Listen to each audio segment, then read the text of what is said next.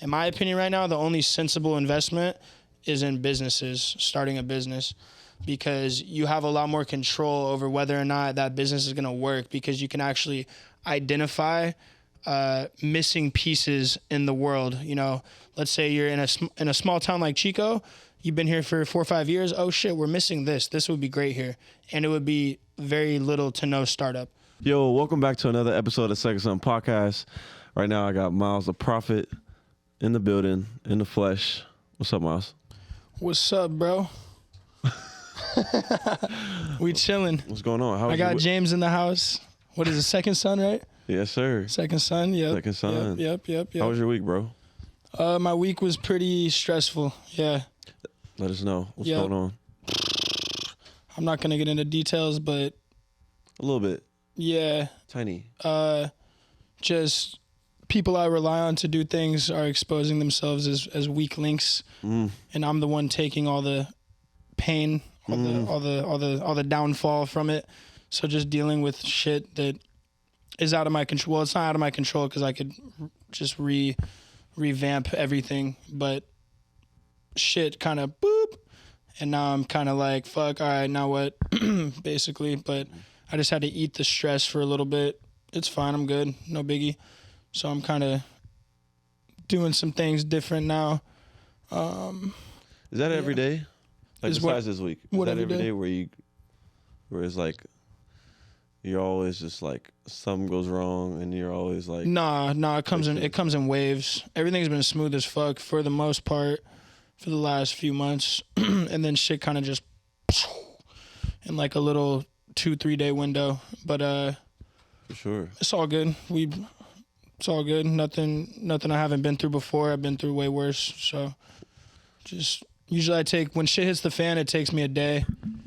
Recollect myself, rebalance myself, and then fucking get up and do what needs to be done, basically. What's that teaching you though? It's teaching me that it taught me that I'm not working hard enough right now. I need to work harder. Work harder or work smarter? Work harder. I work pretty smart, but now I need to work harder. Action. Yeah, work harder, because I've worked really hard, and then I was like, all right, time to work smarter. Now I need to work harder. I have a lot of a life in me, so there's times when I'm fucking off doing bullshit where I could be working and I'd rather be working, so I need to start working in those time periods. Start new shit, new projects, just keep it cooking, you know, until something really pops like I need it to. Yeah. Yeah. Why you call yourself Miles the Prophet again? You told me before. I was trying to think of my rap name. I haven't had a name I started in October last year, so it's been like 8 months maybe, and I just didn't have a name. And then I was recording a track, and my boy was like, damn, bro, you like a prophet. And I was like, oh, shit, that shit kind of fire. But then I was like, oh, but prophet is kind of a double entendre, you know? Profit, money, prophet, one that sees things others don't, I guess, and speaks on it, maybe. They both kind of fit me, so it kind of just worked out, yeah. We'll see. I might change it, but I like it so far. It feels good. I kept thinking of all these names that didn't really feel right, so I just kind of stopped worrying about it, and then that kind of happened naturally, and I was like, oh, yeah, that's it right there. Yeah. I like that. I like the double entendre, too, because, you speak things that people don't see, but then money comes to you. I feel like those go hand in hand, what you're doing right now. And, prophet, I am the prophet, you know what I'm saying? Yeah. yeah. I'm the prophet. The prophet is me. Manifesting everything. Prophet is you do some shit, you make some profit. That's me, you know? I am the prophet. Yeah. Yeah. I don't know. Sounds cool. Yeah. How you be making profit nowadays? Right now, basically, I'm trying to get the studio turnkey. Okay. We're not even open yet. You know what? My expenses here are like $3,000 a month. What is it? August 12th. We've already done like $1,200 in sales, I guess you could say, this month. So, and that's with no marketing, no fucking school's not in yet. We're not even open yet, and we should break even this month, just off word of mouth and shit like that. So, basically, slowly build up our reputation here, word of mouth, and then. So you guys been making bread? Yeah, we're not in the green. by any means. Yeah. But we're people are paying us for studio time even now before we're even open and shit. Yeah. So yeah, we made like $1,200 this month so far. So if we can cover bills this month, that's fire. Yeah, because I just want to cover bills. Really, that's all you need. Yeah, and then I'm chilling because I'm not relying on this as an income source. In a perfect world, if we get the shit popping, it can be relatively lucrative. You know, our cap here would probably be like, between me and my partner, if we're capped out, we could probably make like $15K total a month here. So like $7,500 each if we're like booked, maxed out, which I think is doable because for sure there's so many people making music in Chico. We got a nice little vibe here too. We can do a lot of other little things to make money here because we have a big space. So yeah, I just have to be focused. I'm gonna do like a targeted marketing plan and shit. Increase our reach a little bit, increase our exposure, kind of like market ourselves at local events, this and that. Because the word of mouth we already got covered, so now I need to do all these other things that, you know, a typical small business would do. So hopefully make this lucrative. If I can get a nice little check off here every month and be able to record for free, basically, that's phenomenal, you know. Yeah, phenomenal. And then me and Kyle, my roommate, just started a marketing business too. I was just hella drunk one day at a restaurant, and it was hella fire, and it's a new restaurant. It's the Brazilian restaurant downtown. Oh, yeah? And no one was in there, and I'm like, the owner was there. I'm like, yo, like, your food is fire as fuck. Like, what, like, people need to know about you, da-da-da-da. I was like, let me do your marketing for you with zero experience at all. I don't even know what the fuck to do.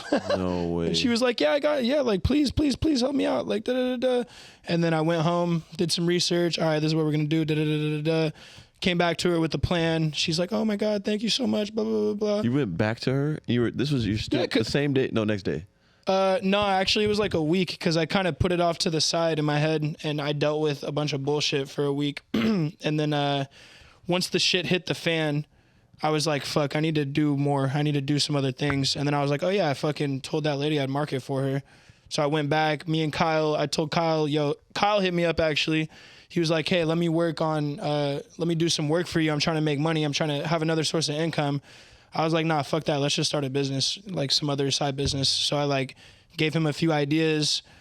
Marketing was one of them. And with what we're already doing right now, marketing goes hand in hand with music. You know, I have a small business now. He does videography and video editing and shit. So once you can provide value, the next step is how do you get reach from your value? How do you get people to know about you, number one, and then hand you money to do work for them? So I was like, fuck it, let's do a marketing business. I know like 15 people with businesses just off the top of my head that I'm friends with. And I already, what made it make sense to me is that I already had a client. You know what I'm saying? I got a client before I even had the business. Yeah. Yeah. That's how it's supposed to start. Yeah, exactly. So I'm like, all right, cool. Run that. Called my best friend in Sac. He's starting up a used car dealership. I'm like, hey, bro, let me do your shit for free. And then, because basically I'm gonna do like 5 for free, and get 5 what? 5 5 clients. Market for 5 clients for free, and basically get their current sales to this point, and then we'll market for them over 3 months and see what kind of growth they get out of that marketing. And then basically use that as evidence. So, and build up a portfolio basically. So future clients will pay for us. Yeah. Yeah. So. Testimonial. How are you gonna measure your results for marketing? I think right now basically it's not a because I'd like to know that. Yeah, it's not. There's nothing I can do right now that definitively proves that we were the reason that's why they grew. But basically, I'm just going to get current sales up to date now, do our marketing plan for 3 months, see where they're at after 3 months. Like, yo, before us, here, after us, boom, 40% increase in sales. There's a lot of factors that go on. Of course, yeah, of course. But there's literally no way I could 100% prove that our marketing was the only reason that their sales increased. There's no way you can do that. But if you notice a trend, yo, we did 20 companies. Every time we worked for a company, every time after 3 months, their sales went up 40%. That's enough. You know, that means that there's a 98% probability that if you use us, you're going to see a 30% increase in sales because we just did it 20 times. Yeah. So it's never perfect. Yeah. It's not absolute. It's just you need enough evidence for people to pay you money, and then they pay you money and they get gain from it. Boom, that's a business. That's good business right there. I see marketing as just like another touch point, like as another way for people to just to notice you. Because like, for me, like marketing is just like brand building. Like it's just another way for your customers to know about you. Like whether that's on Instagram, Twitter, whatever platforms people use, is just another way for them to touch you. Like for this podcast, like the fact that you need marketing help. No. For this podcast, for this podcast, two people want to like literally fly to Chico just to come on my podcast, and it's mainly because they want to build their brand. They want to like they see the videos that I do, and they want to like, you know, tell their audience about some more stuff and stuff. And like, I get why they want to fly out, and they just want to build their brand a little bit, but it's mostly just showing people a little bit more than who they are than they really outside of their business that they really don't really share. Instead of like say if I do haircuts or I'm a barber and I do just show my cuts, I don't usually like tell people about me. Yeah. So it's like, but that's an like effective tool because people pay for stories.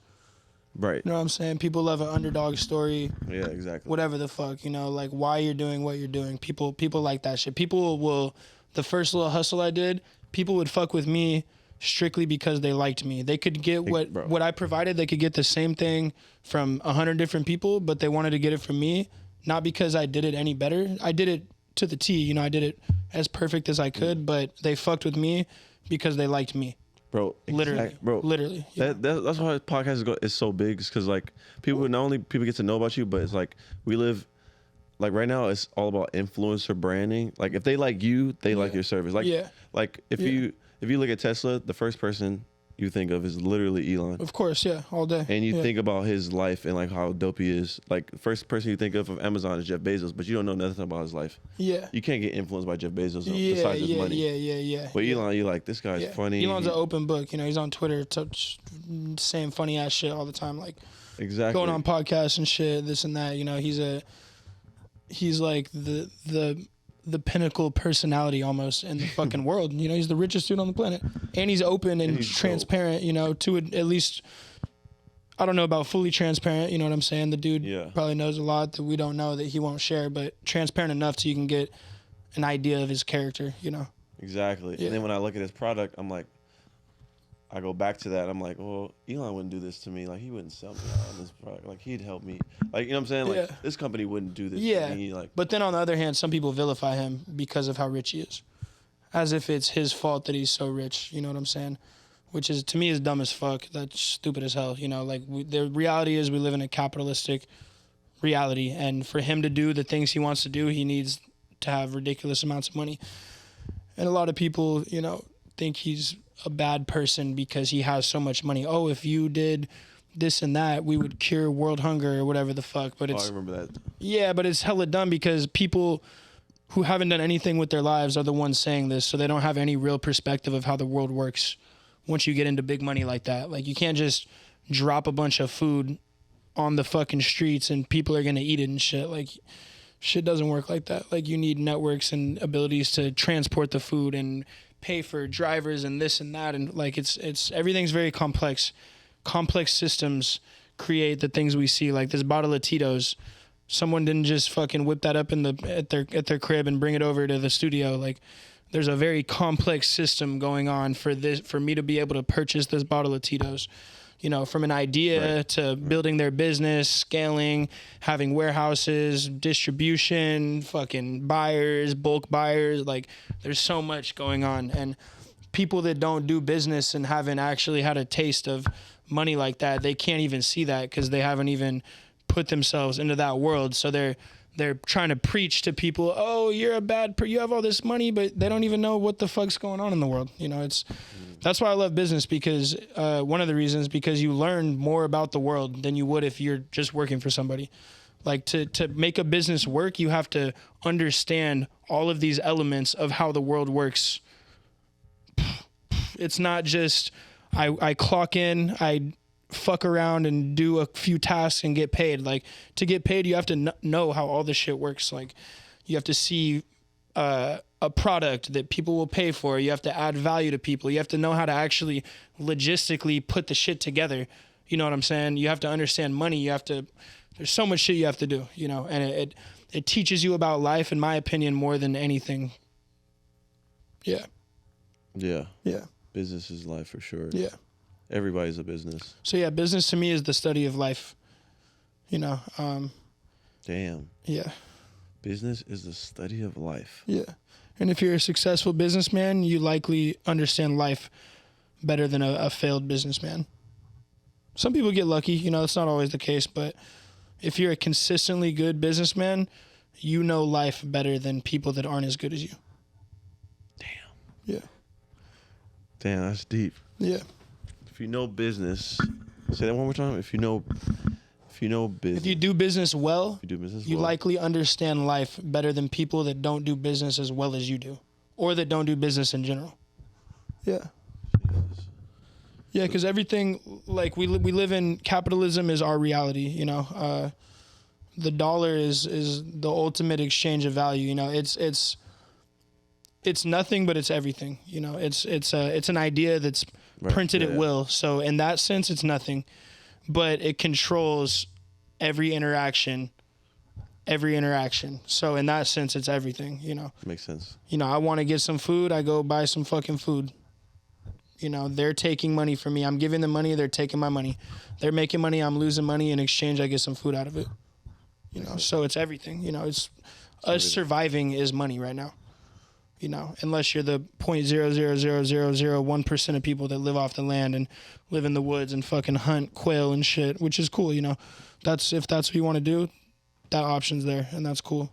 That's not what I want to do. You know, but how much do you think the cost per living a day is? Where and for who? Let's say like the baseline survival in America. Let's say Chico. Like, you're in Chico. What's the dollar amount just to survive one day in Chico? Yeah. Food and all, whatever. I mean, I'll do it by the month. The month makes more sense. Like, if you have a house, like, you can get a room for, like, at the cheapest. If you don't have a good plug, like, you don't know someone that just has an extra room, in that case, you can get a room for like $300. But if you're, like, getting a room at the zoo or some shitty apartment complex, probably like $500 right there. You know, you can survive off 15, 20 a day in food. So, you know, like under 1,000 a month. 1,500 a month, you can get by decently here, I would say. Yeah. If you have a car, 2,000 plus, because cars break down, you know, so you have to factor that into the equation. If you average it out over a year, at some point the car is probably gonna have problems because you don't have that much money, so you probably have a shitty car. So the shit's gonna get fucked up. Oil changes, gas is expensive, car breaks down, AAA, whatever, insurance, boom, you know, probably $2,500 a month if you have a car. Yeah. Yeah. It's around $2,000. Yeah. What's up? Yeah. But that's if you're living minimally, you know? Yeah. If you're not going out, you're not drinking, you're working, you're eating, you're sleeping. Yeah. Yeah. That's low-key me. My bills is like 1,000 a month. Yeah. After food too? After food is probably like, I'm trying to cut that down, but including food, I usually like get groceries and stuff, and that's included. But if I want to go out, it's usually at least like $1,300 a month. Yeah. Altogether. Yeah. That sounds right. Then I have an e-scooter, so I don't have a car. That's smooth. So it's like. Yeah, you don't need a car here, so that's nice. But yeah, it all depends on, because to do more shit, you have to spend more money. You know what I'm saying? You got to travel, you got to drive places, fly places. If you want to gain weight, you got to eat more. If you want to get big, strong, you know, which is increasing your dominance, your presence. You know, you become more of a presence in a room. People are more likely to listen to you if you have a dominating physique, you know what I'm saying? I was which costs money and time, gym membership, extra food, shit like that. So it's like if you're living minimally, you can get by, but you're not necessarily investing in yourself, you know? Yeah. Yeah, I was gonna get to that. Hold on, let me talk about this. Why can't the Chico Airport be open? Like this, I heard that would be very convenient. They're trying to open it back up though. They need to. That's like nobody wants to waste 2 hours. Yeah, and then you gotta park at SAC, 15 a day. Yeah, it's a bitch, honestly. Like we're making other cities more money, like every day. Yeah, it's just, I don't know what the demand for flights out of Chico would be. That's the thing, because Redding has a little airport, so no one from Redding is going to come to Chico. So anyone flying out of Chico is going to be Butte County, which is relatively small. But you got all the kids here and shit, boom. Instead of driving up from wherever the fuck to move in, maybe they just hop on the plane, boom. Easy. Like that, yeah, it would be convenient for sure. I go to SoCal a good little bit. Me too. So if I could just boop Chico, San Diego, that'd be fucking. Oh my goodness. Wonderful. That'd be so good. I'd go there way more cause just that SAC and back, that's an extra like 4 or 5 hours. But if you're just here, Chico, you're in San Diego in fucking an hour, then it's like you're driving to SAC damn near and you're already in SoCal. It's like pie. What are they afraid of? Are they afraid of people leaving? I would think they're afraid of being lucrative. Yeah. Not enough demand to justify having a plane up here. Yeah. Flights not getting booked, losing money. Yeah. I don't know. They need miles of businessmen, not miles. They need miles of profit. I'm not at that point yet, bro. No, I'm still getting off the ground. Bro, more than a lot of people. Yeah, I mean, I've worked hard, been through some shit, whatever. I'm very good at experimenting, and I have a high risk tolerance, so I'm not afraid of losing money, and I'm not afraid to try shit. But but not everybody in a certain position has that type of element to them. Yeah, exactly. I kind of learned that from my grandparents because they did okay, but if they had taken risks, they could be like super millionaires right now. They probably got like. If I were to guess, they don't really tell me. I don't know. You don't. But I would probably guess they got like $1 million, and they're like 70, which to me is like, that's nothing. That's really. General. That's like standard. You should have $1 million at 70. But if they were better with they were good with their money, they were safe with their money. If they had taken risks, they could be like, mega rich. And I talked to my grandma about that, and. Because she's she's an OG hustler. She fucking ran it up off antiques, bro. They would drive to the East Coast, spend hella bread on antiques, come back here, sell them. She was one of the first sellers ever on eBay, so she made a bunch of money off that. That was like her main hustle. I remember I would come up here to Orland when I was like 6 or 7, and they would be hustling eBay off a dial-up computer and shit. Hella slow, boom. They have like. Something like, I don't know, like 20,000 5-star reviews on eBay. Like they've been doing it for so long, I'm gonna hit this vodka. Yeah, bro. Right quick. Just takes a shot. It's good for the soul. Oh yeah, take your time. He's embracing his, his habits right now. But yeah, I saw all these people, parents of friends, this and that, who do okay. I grew up, my mom we were broke as fuck. It was just me and my mom, and she kind of alienated herself from her parents. So it was just, she was a bartender, dad gone, just me and her, so we didn't have shit growing up really. And but I was hella smart. I have good genetics, school was just so easy to me. It was like the kids I went to school with, they would study all day, get C's and B's and A they were happy about. I didn't give a fuck. I didn't study, didn't do none of that shit, and just ran circles around everyone. And my grades were so good and my test scores were so good, like my standardized testing scores or whatever, that I, made the school. It was a private school, so they get funding based off of academic performance, basically. So they let me go there basically for free because we didn't have enough money to pay for it, because I helped the school get more money from funding on the back end, basically.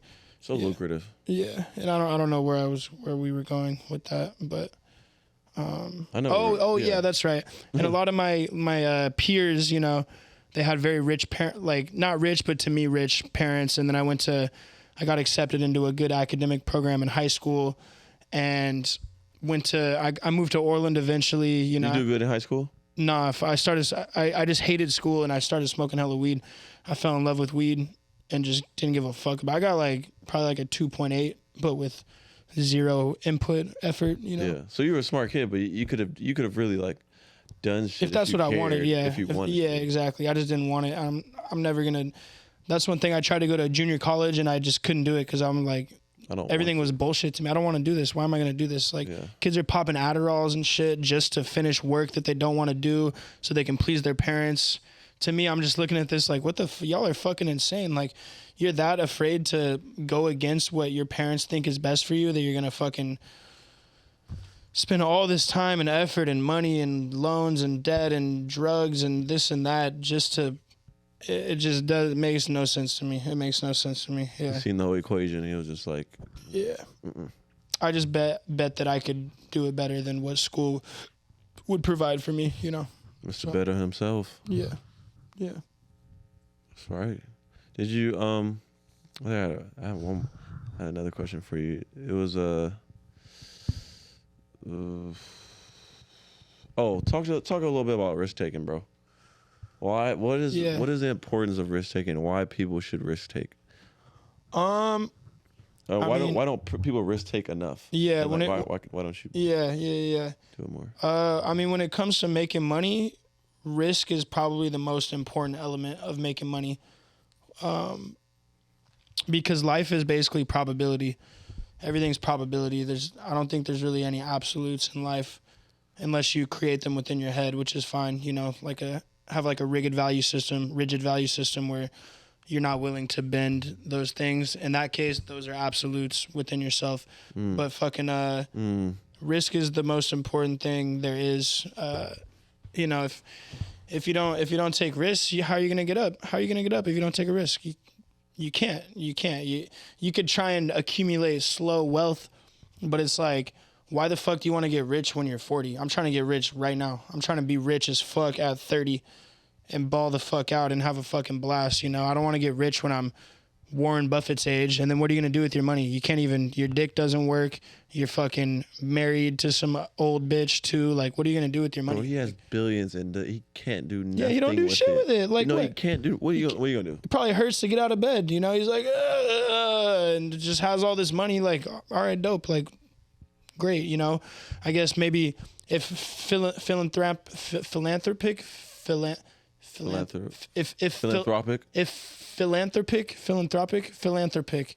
philanthropic endeavors really get your dick hard, I guess that's cool because then you can just start charities or whatever the fuck, you know, and give back. You know, that's cool. But I'm trying to get it right now. You know, why wait?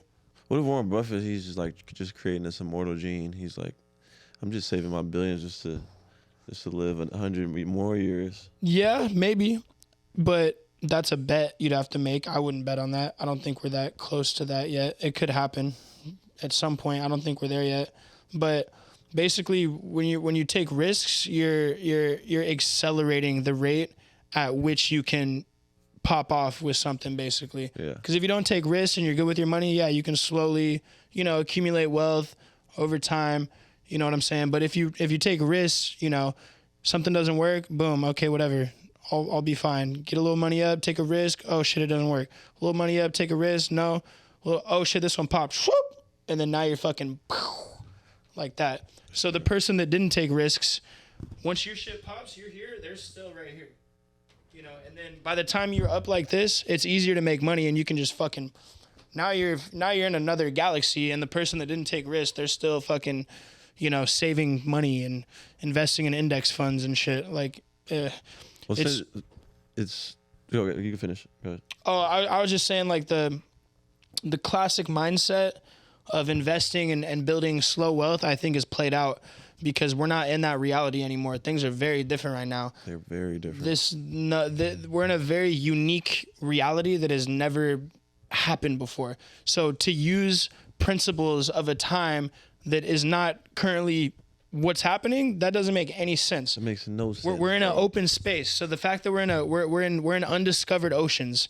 So if you're in an undiscovered place, you can't go back on what the last galaxy, what worked in the last galaxy. We're not in that galaxy. We're in a new galaxy. So you have to take risks and try shit. It's all a big fucking experiment. You know what I'm saying? Nobody has the answers, but the only way to get the answers is to try shit. And that's what taking risks is, you know, even on a ground level, non-financial risks, you know, like let's say guys want to, you know, get better with girls. You got to take a risk and go talk to a girl that might be out of your league. You know, if you don't, you're not going to figure out how to eventually get a girl like that because you're not taking risks. You know, risk isn't just financial, you know, you can apply it to every aspect of life, you know, driving, you know, okay, I can take a risk. This light's yellow. I can take the risk. It's going to save me 3 minutes. There's a 3% chance that a cop sees me and I get pulled over and get a $300 ticket, but I save 3 minutes if it works. You know, like risk is everywhere. We're constantly taking risks or not taking risks every day. You know, me drinking this vodka is a risk, you know, oh shit, maybe I drink this vodka, I start feeling groovy, and then I drink a fucking whole bottle of vodka and do some dumb shit. You know, every sip is a risk, you know, but maybe, you know, I drink the perfect amount of vodka and have a phenomenal night and I get a lot of positives out of it that outweigh the negatives of drinking. It's a risk, you know. Everything's a risk. Everything. Yeah. But you got to risk. You have to. You have to risk it. Yeah. You got to risk it for the biscuit. That's a phrase, right? Don't people say that? Yeah. What do you think like people could, like right now, I feel like a lot of us are like, or not, maybe not you, because you're like the prophet and the risk taker, but like there's a lot of people who are like have scarce mindsets and like don't invest anything, especially during a time like this, when it's a recession, or even without a recession. Like there's people who are like scarce about what to put their money into, and I feel like there's a lot of people, including myself. Sometimes I do this. There's a lot of people, friends, that are just like holding a lot of money, don't know what to do with it, and you hear it over and over again, like you shouldn't really carry like just cash. You should really diversify your portfolio. But not a lot of people know how to do it, and when they get educated, they're still scared to do it. So like, what do you have to say about them? What advice would you give them? I understand not wanting to invest right now. Like I wouldn't invest in any stocks, crypto. Fuck no, right now. Facts. Shit is way too tumultuous. Markets are way too tumultuous you're basically spraying and praying right now. Unless you fucking, you know, you're gambling at this point. Unless you're a really good day trader, then, you know, do your thing day trading, but that's a totally different than investing. You're not investing at that point, or you're swing trading or some shit, but that shit takes a decent bankroll and a lot of years to get really good at. So that's kind of an outlier. I'm not really going to put them in the same bracket as your day-to-day investor or your everyday person that has a job and wants to invest. In my opinion right now, the only sensible investment is in businesses, starting a business, because you have a lot more control over whether or not that business is going to work, because you can actually identify missing pieces in the world. You know, let's say you're in a small town like Chico. You've been here for 4 or 5 years. Oh shit, we're missing this. This would be great here. And it would be very little to no startup. That's a business that you have a lot more control over whether or not you're going to make money. And with business, you know, if the shit don't work, it's on you. So it's a great learning experience at the same time. You know what I'm saying? So even if it doesn't work, you learned a lot, and then, you know, stack your money up a little bit again. And when you're ready for your next endeavor, you're going to know how you fucked up on the one that didn't work, and you're going to instill those principles within your head, which will allow you to make a better decision going forward. You know, you're constantly refining your decision-making process if you want to get into the world of business, you know, because every time something doesn't work, it's on you. It's not on anyone else. You know, some shit goes down at work. If you work for somebody, it doesn't matter. It's not on you. You don't give a fuck. You don't even download that into your self, you know. But if you start a business, shit doesn't work, that's money out of your pocket. It's on you, all on you, nobody else, only you. And when you feel that enough times, that shit stores in your fucking DNA damn near. Like it's in your gut. Like you want to throw up. Like I've had big losses where I want to vomit. Like I feel literally sick to my stomach. Like feelings like that, intense feelings like that, teach you more than anything, you know, because it's all you. It's your money. I'm all about all money in. Like all money in, all your money, all money in. All money in. No investors, all money in. No money out. Yeah, you can get it done with investors and a good idea. It's pretty rare you can get it done, but what putting your own bread up does is it teaches you more than anything else will. And to me, that's the way to go. Because especially if you're young, Because if you're young, you ain't got shit to lose. I don't got kids. I don't have children. I don't got a wife. I don't got none of that shit. I've been broke as fuck. I've gotten by broke as fuck. I can do it again, you know. So if I lose all my money, it's fine. I'll get it back up. It's not a big deal, you know. Yeah. That's what's up. Well, let me ask you another question. What value do you think you bring into the room? For anything. Like, I know you have like lots to say about everything, but like, what value do you think, as soon as you walk in the room, like, just imagine whether it could be a club, or it could be like in like a business meeting, it can be like literally anywhere, coffee shop. Like, what value do you think you have, or you have when you enter a room? Yeah, I mean, if it's somebody willing to listen, you know, because if I go into a room, I'm not trying to typically, you know, I have enough on my plate and enough resources and enough connections where I'm not searching for anything, you know. But if, let's say, I'm in a room and someone comes up to me and wants to talk and listen, basically, like, what I have to provide is an extremely unique experience that I don't think anybody else on the planet has. Number one, I've fucked up in so many different ways. It's not even funny, and I'm still came out the other side. So that whole journey, that shit's priceless, you know. That's why I can just easily speak on topics like this, because I've already been through the ringer, you know what I'm saying? I've been through the blender, you know, and I'm still here. I didn't get mutilated, and, you know, I put myself back together in multiple different instances and many different planes of life, you know, physically, financially, fucking mentally, like so many different ways I've gone. Fucking everything's been a fucking mess, and I came out of that shit, you know. I didn't let it deter me from still wanting to get what I want. If anything, it just made my hunger stronger, you know what I'm saying?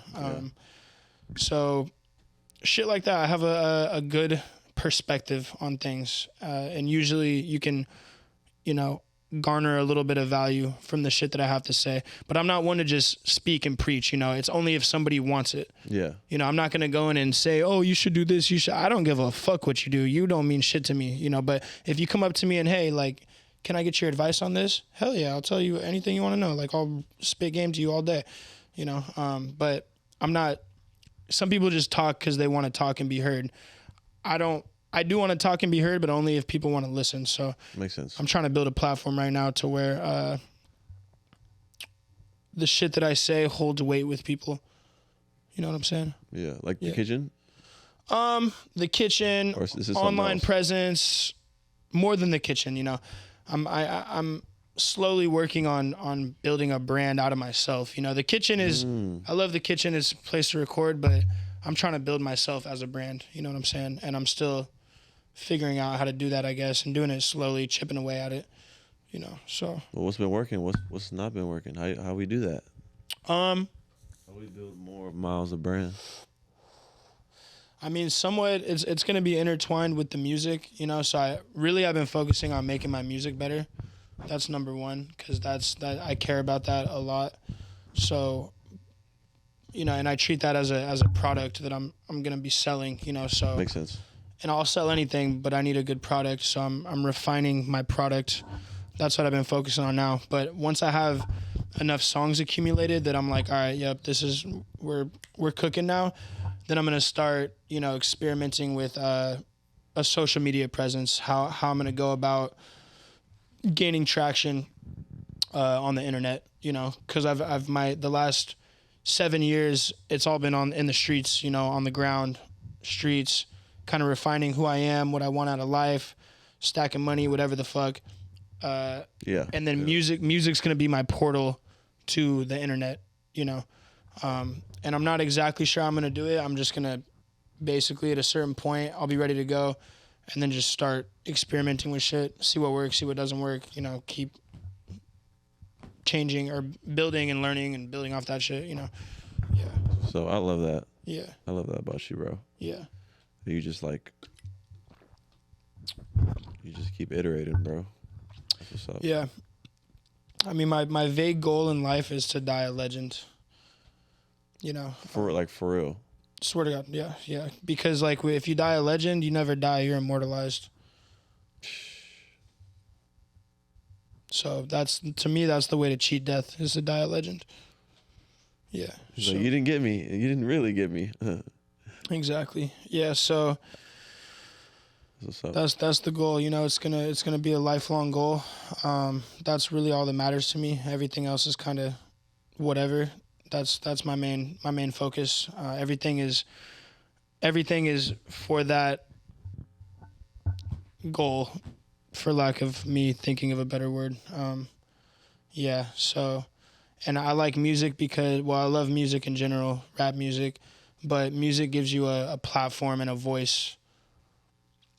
And music touches people in a certain way that anything, like I've had some of the strongest feelings and emotional responses to music by far out of anything in life. You know, music touches my soul in a way that nothing else does, and a lot of people feel the same way. So that's why music is going to be my medium of choice to reach the world, you know? Yeah. Yeah. And it's just going to like be the magnet of everything else. Yeah, exactly. Makes sense. Exactly. Who's your top 5 artists? Musically or as a person? Yes. Oh, what do you mean? Well, there's artists that I respect so much, but I might like someone else's music a little more, just music-wise. Let's do it both. Yeah, well, they kind of go hand in hand, but really in no order, probably Nipsey is probably number one. For both person and music? Mostly person, but also music. Okay. Nipsey, Juice. Damn, that's a tough one.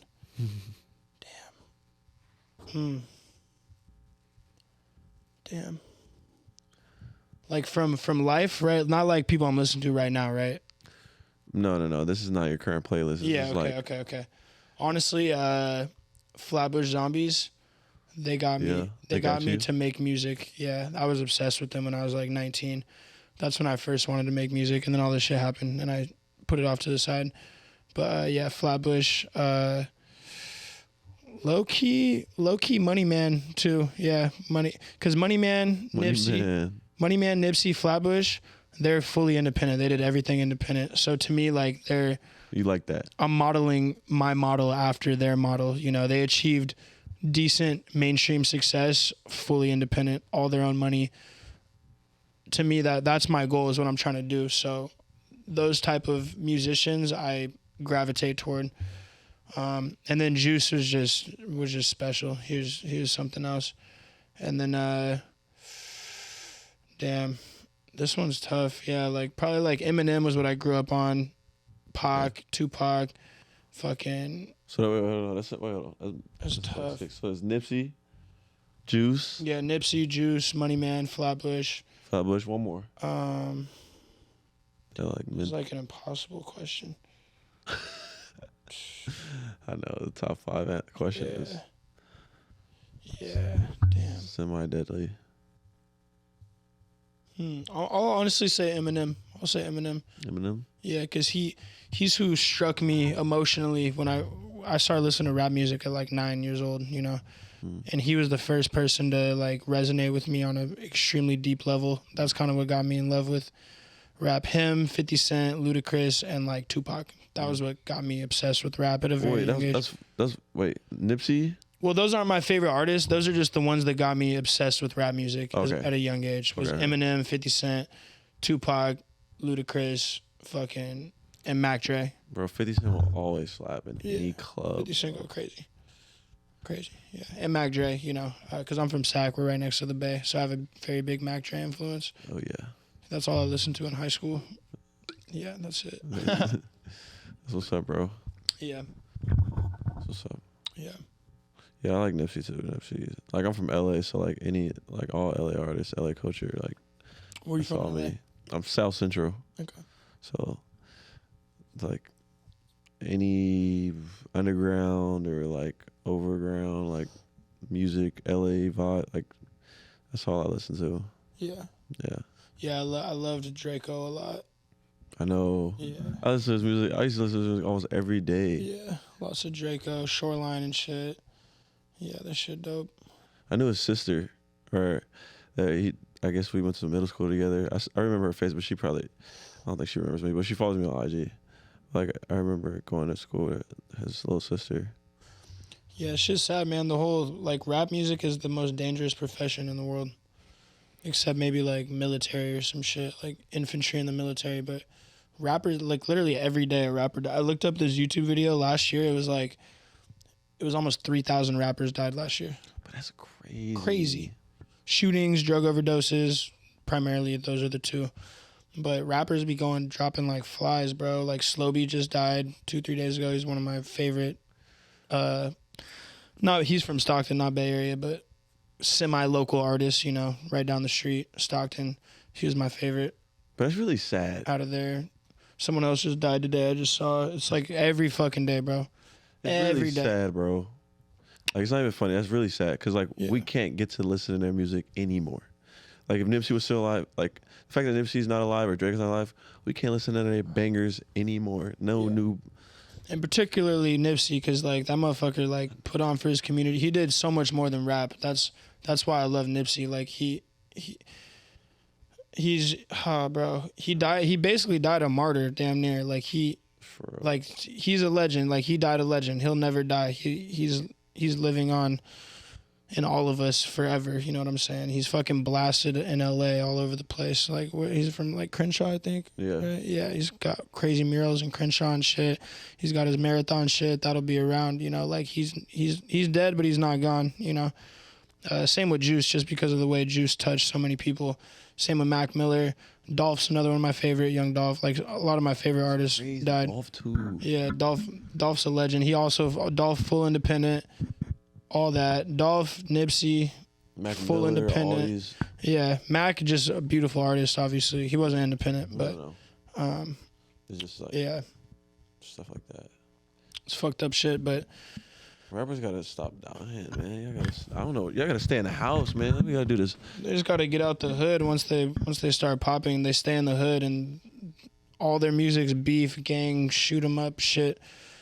So, What do you think? Is it's just because of like the inner circle fame, and the inner like they like where they from, like how they like. I mean, yeah, and most of them already have like ops before they even start rapping. So then they start to blow up. And that makes their ops want to kill them even more because they're jealous, envious, whatever the fuck, It's crazy. And they're staying local. It's not that hard to find someone locally. If you'll find them eventually. You'll pull up on it. I was just in the taking my boy home from the Bay, from SF yesterday, and we were driving on the freeway right out the Bay, and he was like, "Oh, this highway right here is like the most deadly highway." And I thought he was talking about like car accidents. He was like, "Nah, bro, like the traffic's so bad here that motherfuckers will just see like their op in the car right there and drill the car right there." And it happens all the time. He was like, "Yeah, bro, like my homie's cousin just got shot right here like a few days ago." Like it's just bad, bro. And then rap music glorifies that shit. So it never ends. And kids are listening to that shit and downloading that into them, and they think that that's normal or okay, cool or what should be done or what's okay, It's not okay, bro. Yeah, it's not okay. Yeah. Maybe in a club, like listening to it. We gotta get rid of that. I don't know what's going to happen, but we gotta get. But it's a part of life, and that's what rap music's about. Like it's the most grounded form of music. You're just speaking about life. You're not singing. You're just talking about life. And for people coming up in these type of areas, that is life. So you can't tell them to not talk about that because that's what they're going through and shit. You know what I'm saying? So it's kind of paradoxical in a sense.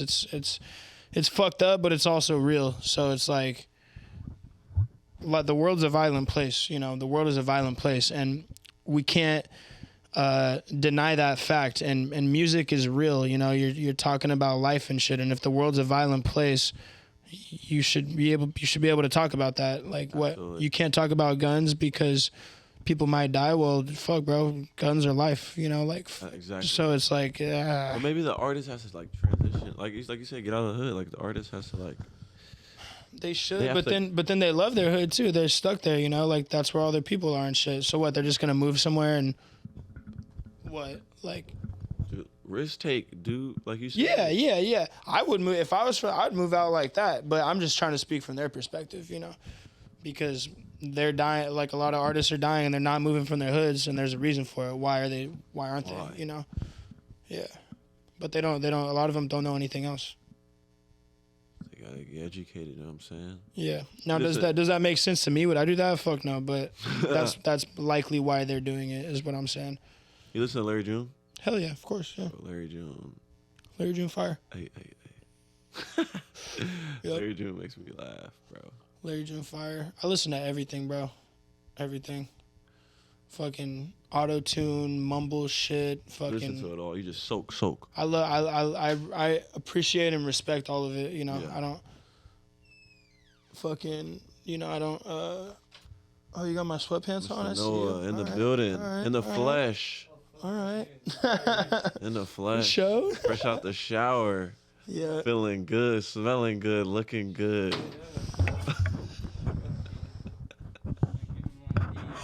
Yep. You want to take a shot? James want to take a shot with me. No, I won't. He's been a lone wolf right now. I guess I'll just get drunk by myself.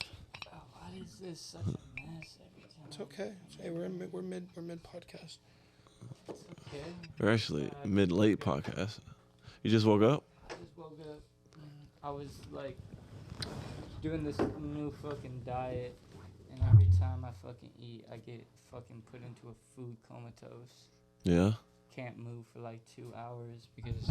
Trying to put some weight on Noah. Yeah, I'm trying to put some weight on. Trying to put a little 30 ball on him. Yeah, and it's just been Quick 30 ball. Like all. He's not used to overeating, so he's dealing with the consequences. Yeah, my stomach's just hella small. It's always been hella small. So like You gotta expand it. Yeah, exactly. So I've just been fucking trying to overeat every single day, and it's fucking just terrible. But I'm getting there. We gained about 4 pounds this week. Oh, yeah. Give me some, bro. Yes, yeah, yes, sir. We up. I mean, it's definitely gonna fluctuate a little bit. That's a good gain. But you know, usually healthily, you can only gain about 2 pounds a week. So. Yeah. 4. You put your all in. Yeah. Plus, I've been taking hella creatine and shit, which also like just it creates more water retention in your muscles. That's what it does? Yeah, so you gain a little bit of weight when you start doing that shit. But yeah, no, I feel good. Been going to gym, just chilling, working, eating. Putting yourself first. Yeah. It's a good Friday for you? Yeah. No, it's gonna be good. I got a session here at shout out Big Naughty. Yeah.